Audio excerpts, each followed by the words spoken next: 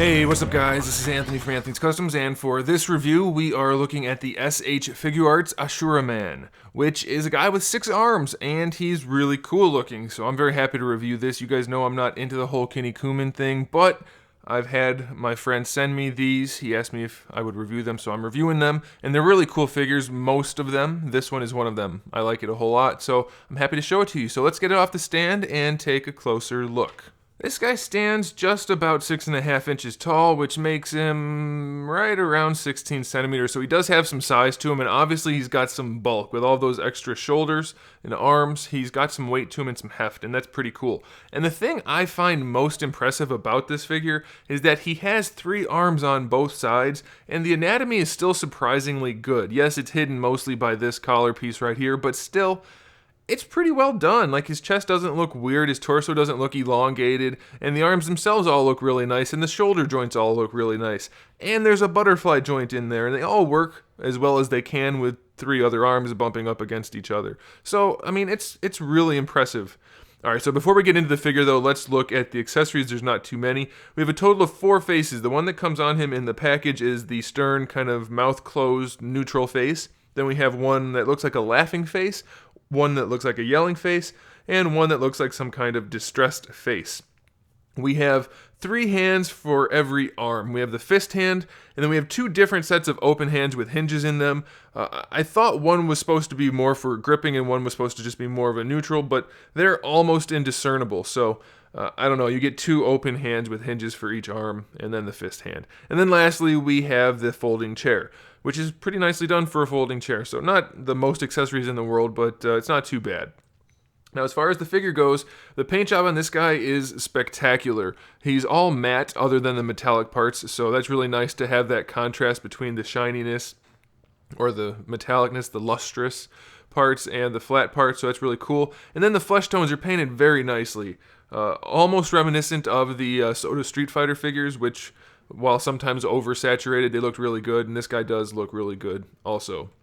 One thing I want to point out about this guy, which it would have been too hard to show you in a photograph, is the interchangeable faces obviously work for the main head, but they also work for these alternate faces that are on the side and the other side. So you can swap those out with the other faces if you want to also. So technically you have 2 extra interchangeable faces. That's up to you how you do that.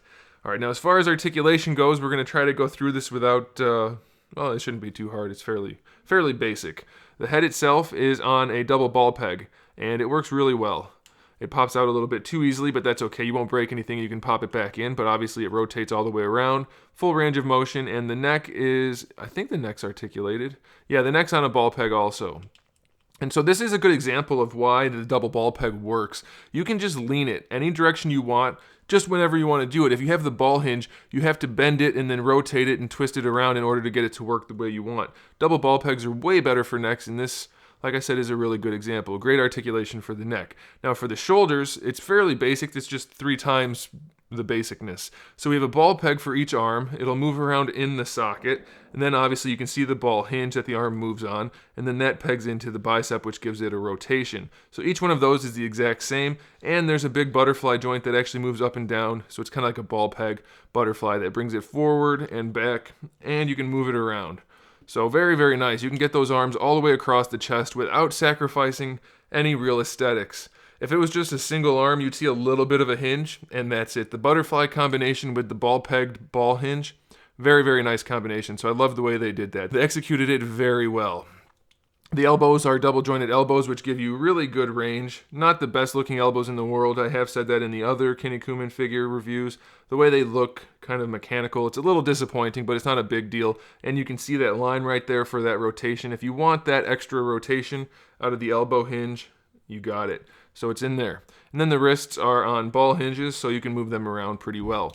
The torso, single ball peg, I think. Could be a hinge and a peg. I'm not sure. I can't really take it apart to tell since I don't own the figure, but there we go. I can kind of see inside. Looks like a single ball peg maybe, but it has decent range. It doesn't want to lean too much from side to side, but it leans pretty far forward and pretty far back, and you can rotate it around, so that's good. Then we have another ball peg in the lower torso that moves around almost freely, so it's not bad. It's not the best range in the world, but it's definitely going to work. The skirt, every piece has a hinge on it, so that's fine. And then for the hips, we have the hinged ball pegs, so you can pull the legs down and bring them forward a little bit better. It still throws them off at a bit of an angle, but they work nicely, so that's all right. And then you can move the legs around pretty well on the ball pegs. Almost can do the whole splits. So they rotate also, and you get the thigh swivel on top of that rotation. He just is stuck. I can't seem to get it to go, but it is there, so hopefully yours won't be stuck. Double jointed knees work no problem. We still have that weird kind of mechanical look to them because of this separate piece right here, but it's really not too bad. It actually looks a lot like a pistachio shell. But if you like pistachios, that's okay. And you do have that extra hinge, or not hinge, the swivel. Where is it? It's in there somewhere. It lets the leg move. It's really unnatural and not necessary, but it's in there. Where did it go? There it is. So it's right there. Doesn't really work well. I don't really think it's necessary, especially the way they have that cap over it, but it's there. So you can just ignore it and it'll be fine. Then for the ankles, we have a really nice hinge, really good range in every direction, and that'll rotate around, so you also get a phenomenal ankle rocker. So very well executed in just about every way on this guy. Very satisfying to have a figure like this.